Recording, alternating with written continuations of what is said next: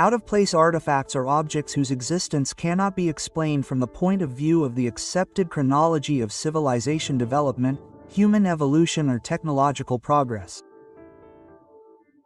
Most often, they are objects whose purpose is unknown, but which have obvious historical, archaeological, or even paleontological interest. And in 1991, one of the most mysterious such discoveries took place in the subpolar Urals. A large geological exploration expedition, which arrived in this harsh region with a completely pragmatic goal, to look for gold in riverbeds and sand deposits, unexpectedly stumbled upon something completely beyond the scope of ordinary finds. Instead of precious metal, the researchers found tiny tungsten springs with molybdenum cores, as well as other miniature parts resembling elements of complex mechanisms. Analysis and subsequent studies showed that the age of these artifacts can reach at least 100,000 years, a figure that completely contradicts the official history of technology and metallurgy. The discovery was recalled by mineralogist-engineer Regina Akimova, a participant in that expedition. In 1991, I was working with a microscope in our field laboratory, which was set up right in the mountains. We were examining sand and gravel that came from prospectors. And then one day they brought me a batch of samples, in which I suddenly discovered many strange tiny springs. What kind of springs were these and where did they come from? It was absolutely incomprehensible. I have been working in gold prospecting since 1962. I have seen a variety of inclusions and minerals, but I have never encountered anything like this. The largest of these mysterious objects reached 2 to 3 millimeters in length and were visible to the naked eye. But the bulk of the finds were so small that they could only be seen under a powerful microscope. The springs had an ideal shape, the same pitch of the turns, and some clearly had a core made of a different metal. It seemed that they were made on modern high-tech equipment, but this was simply impossible, given the supposed age of the finds. In 1992, having learned about the discovery and the Prospectors' certificates, a group of specialists from the Ural branch of the Academy of Sciences left. They arrived at the expedition camp, examined the find site and received samples of the springs from Regina Sergeevna for further study. Already in laboratory conditions, spectral analysis and microscopic studies were carried out and the chemical composition of these mysterious objects was determined. The surprise of the scientists who saw these strange objects for the first time was literally immeasurable. In official reports, they were cautiously called natural formations. In quotation marks, as if the authors themselves doubted their own words, but in fact these were not stones or crystals at all, but tiny skillfully made parts. Analysis showed that the springs consisted almost entirely of tungsten, one of the rarest and most refractory metals on Earth. In nature, tungsten is found exclusively in the form of compounds, not in pure form, and certainly not in the form of ready-made elastic parts. The shape of the springs was striking in its precision, ideal uniformity of turns, identical pitch of the spiral, clearly defined edges. Some specimens were equipped with molybdenum cores, a combination used today in precision engineering to increase strength and wear resistance. Others ended with a tiny tungsten droplet, as if melted at an ultra-high temperature. But the melting point of tungsten is over 3,000 degrees Celsius, and it is the most refractory metal known to mankind. Geologists, puzzled by this find, decided to seek advice from military specialists, defense industry workers, hoping that perhaps these were parts of secret equipment that fell into the ground during testing. The springs were placed in a small plastic container and sent for examination. The military, having turned them over in their hands and examined them under magnification, only shrugged their shoulders. Not ours. We have not yet reached such nanotechnology. Several years later, in 1994, Elena Matvieva, a candidate of geology and mineralogy, head of the Department of the Central Base and Non-Ferrous Metals, told about similar springs. She personally encountered mysterious objects in the area of the Narada River. According to her, there was no doubt that these could be parts of bulldozers, motors, or spirals from broken light bulbs. The finds were clearly of a completely different nature. "We were exploring gold placers," she recalled. "And we worked in the old, proven way. We dug pits with shovels and a pick, carried out a face, and then pulled buckets of sand up on a rope. And in these samples, among quartz grains and small rock fragments, we began to find tiny tungsten springs.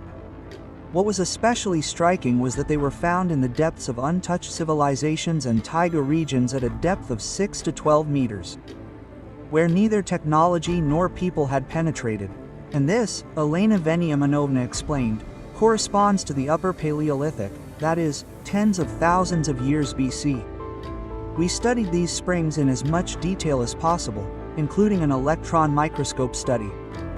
Under magnification, they looked amazing.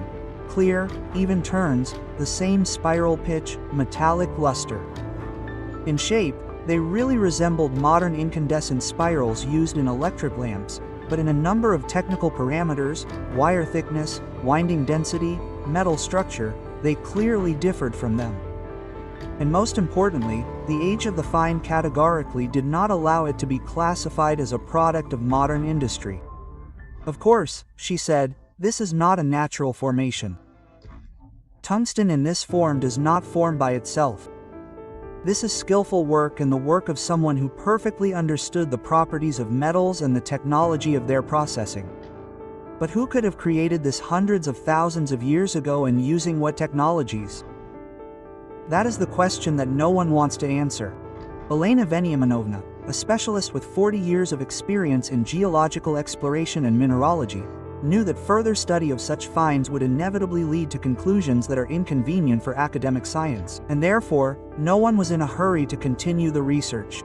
After all, if their artificial origin is confirmed, it will be necessary to explain who exactly was capable of such technologies in the era when, according to official history, man had just emerged from the Stone Age. As a result, in the official reports and reports of the Academy of Sciences on the finds of springs, only a terse, dry note appeared, ending with the phrase, "The genesis is unclear."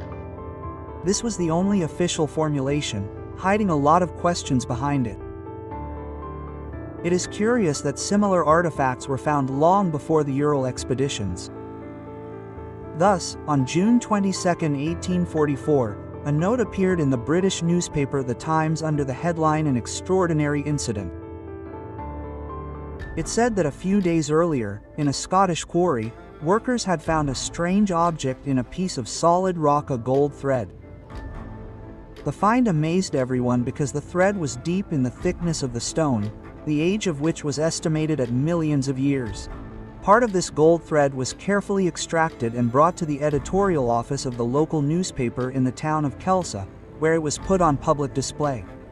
The author of that old article in the Times wrote with slight mockery, noting how long this monument of bygone eras could have lain in the bowels of the earth before the workers extracted it from the thickness of the stone, baffling any respectable archaeologist or geologist. And indeed, the find seemed so incredible that it destroyed the usual ideas about the past. Although it is no longer possible to pinpoint the exact location from which the gold thread stone was extracted, it is known that the sandstone in the Rutherford area, where it probably came from, dates back to about 360 million years. But this was far from the only case in which nature or someone else left strange objects in ancient rocks. An equally mysterious report was presented at the time to the British Association for the Advancement of Science by Sir David Brewster. He claimed that quarry workers at Shuddy near Dundee, while quarrying sandstone, discovered an iron nail embedded in a solid block of stone. When the rock was split, it turned out that the head of the nail went almost an inch into the monolith, and the shaft remained tightly clamped in it. Geological examination showed that the sandstone in this area belongs to the early Devonian period, that is, its age is at least 380 million years. Here, orthodox science was again faced with an awkward question. Who could have forged an iron nail long before the advent of man, let alone metallurgy? Another puzzle came from Austria in 1885, in a foundry in the small town of Vacalabric, located approximately halfway between Salzburg and Linz. a strange metal object fell out of a piece of coal when it was being split into pieces. It was an almost perfect cube measuring 2.6 times 2.6 times 1.8 inches, with a neat deep groove along its perimeter, and two opposite sides were noticeably rounded, as if someone had specially processed it. The son of the foundry owner, impressed by the unusual find, handed the cube over to the Linz Museum, where it was carefully examined. Analysis showed that the object was comparable in hardness to steel and consisted of an alloy with a high content of carbon and nickel. It is surprising that a piece of coal formed millions of years ago could contain a product that requires advanced metallurgy. Fortunately, they managed to take a plaster cast of it, because the original itself, unfortunately, was lost over time under unclear circumstances. Perhaps the original of the mysterious Austrian cube was lost in the post-war chaos and confusion of the war years, but, fortunately, its plaster cast has been preserved. But this is far from the only find that calls into question the usual picture of history. In 1952, another amazing case occurred in California. A specialist in drilling artesian wells, working at a depth of 37 feet, stumbled upon something completely unusual. Right in the thickness of solid, multi-million-year-old sandstone, he saw the obvious remains of an iron chain. The links were firmly embedded in the stone, as if they had been there since its formation. Unfortunately, as is often the case with such discoveries, the exact location of that borehole is now unknown. Over time, everything was overgrown, the documents were lost, and the evidence remained only in the form of newspaper articles and oral stories of eyewitnesses. But if ancient layers contain items that are obviously the product of human hands, then it is logical to assume that somewhere in the distant past, about which we know nothing, their creators existed. Similar stories pop up here and there. Thus, in 1862, in Macoupin County, Illinois, miners digging coal at a depth of about 90 feet underground came across an even stranger find: bones that were recognized as human. At first, they were covered with a hard, shiny coating of a dark color, almost black, exactly the same as the coal itself in which they rested. When the workers carefully scraped away the film, they found white, well-preserved bones that were indistinguishable in shape from those of modern humans. But the dating of the coal in the area was shocking. According to modern estimates, it is at least 286 million years old. It turned out that human remains were trapped in the depths of a rock that had formed long before official science even allowed for the existence of humans.